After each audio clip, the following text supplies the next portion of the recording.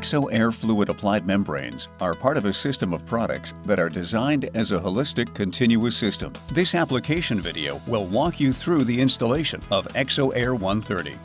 The following products are recommended for use with the ExoAir 130 system. Dymonic 100 is a one-part moisture-curing gun-grade polyurethane sealant used for sealing cracks, control joints, and for use in forming cans.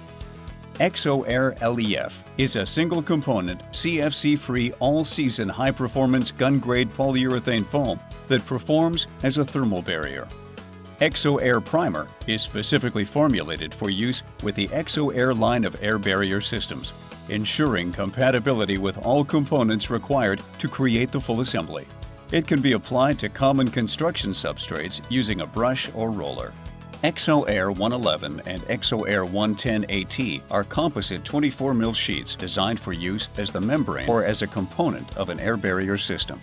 Exterior sheathing panels can be detailed using Dymonic 100 high-performance polyurethane sealant. Dymonic 100 is the approved sealant for detailing all board joints and fastener heads. Apply sealant to board joints. When intersecting horizontal and vertical joints, make sure to apply the sealant so no holes or gaps appear. Spot all fastener heads with sealant 1/16 of an inch thick and 1 inch in diameter, just enough to completely cover the fastener heads. Building designs are more complex than ever. Few have a simple rectangular shape. This means you have to detail inside corners. Start by centering bond breaker tape and applying directly to the inside corner. Press it into place. Apply a bead of Dymonic 100 sealant directly on top of the bond breaker tape. Tool the sealant smooth and extend at least 1/4 inch beyond the edges of the bond breaker tape. The tape breaks the bond of the sealant to avoid three-sided adhesion to accommodate for building movement. Just like a building's inside corners, connections at outside corners also require detailing. Using a standard nozzle, apply beads of Dymonic 100 sealant to the panel's face on each side of the corner. Using a trowel, spread the sealant toward and over the corner joint. Make sure the exposed core is completely covered without holes or gaps. Use a mill gauge to make sure you've applied the correct amount of sealant. 40 wet mills. Feather the outer edges of the sealant's perimeter on the panel's face to remove any thick areas of sealant. Expansion joints accommodate inevitable building movement. They're designed to absorb the expansion and contraction of construction materials. Expansion joints have to be detailed because, just like detailing standard board joints, it is required for continuity of the air barrier system.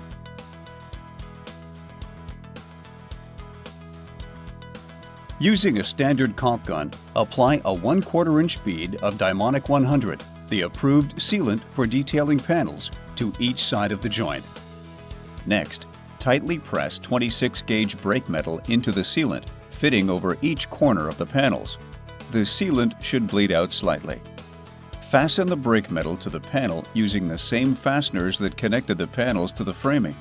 You don't have to detail the fastener heads with additional sealant. Friction fit backer rod into the joint 1/4 inch to 1/2 inch from the face of the panel. Apply a bead of Dymonic 100 sealant over the backer rod and fill the joint completely. Tool the sealant so it's flush and slightly concave and connects to both sides of the brake metal. Penetrations through walls must be detailed to create a continuous air barrier around a building envelope. These penetrations include plumbing pipes and vents, and electrical fixtures, wires, and conduits. Start by filling these gaps around the penetrations with TREINCO's ExoAir low-expanding foam. Be sure to fill in the gap with foam so it expands slightly beyond the face of the panel. Give the low-expanding foam about 30 minutes to cure. It should be dry to the touch. With a utility knife, trim the foam flush with the panel's face. Next, apply a large bead of Dymonic 100 sealant over the foam. Tool the sealant over the foam, down onto the face of the panel, and onto the penetration, extending a minimum 1/4 inch onto both the panel surface and penetration. Ensure there are no holes or gaps in the sealant. Rough openings are detailed in a similar fashion as outside corners. On the face of the exterior sheathing, apply beads of Dimonic 100 sealant in a 2-inch wide zigzag pattern around the perimeter of the panel's rough opening. In the same manner, apply the sealant to the sill, jambs, and head. Using a trowel, spread the sealant toward and over the corner joints for the sill, jambs, and head. Feather the outer edges of the sealant's perimeter on the panel's face to remove any thick areas of sealant. Use a mill gauge to make sure you've applied 40 wet mills. If not, reapply more sealant.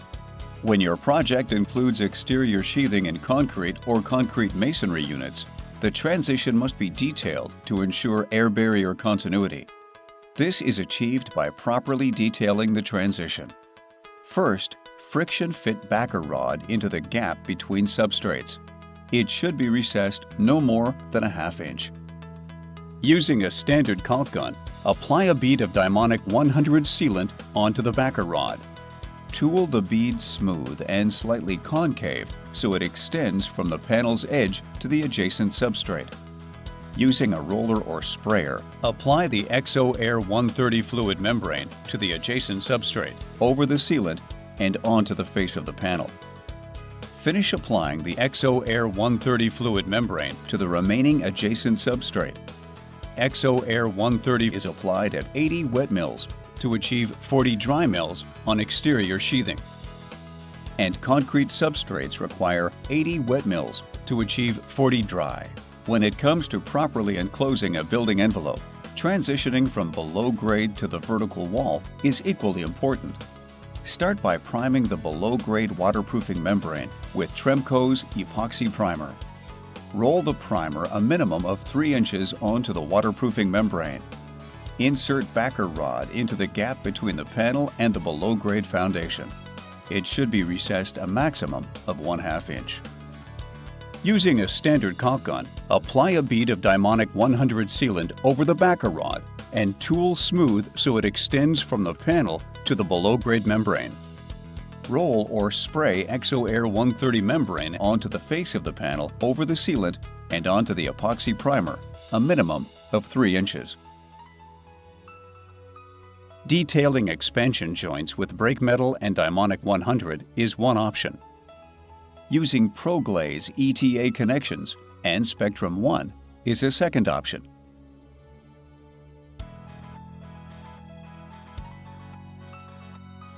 Start by inserting backer rod in the joint so it's flush with the panel's face.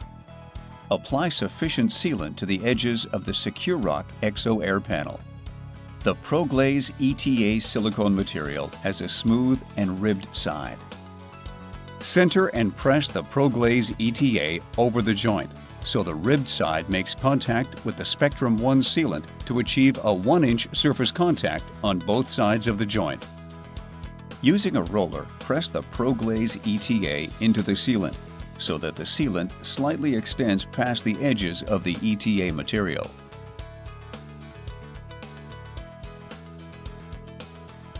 Detailing rough openings with Dimonic 100 is the recommended application. Using ExoAir 111 and ExoAir 110 AT is a second option. Cut pieces of the ExoAir 111 into a bow tie shape 6 inches long, 3 inches wide at each end, and 1 inch wide at the center.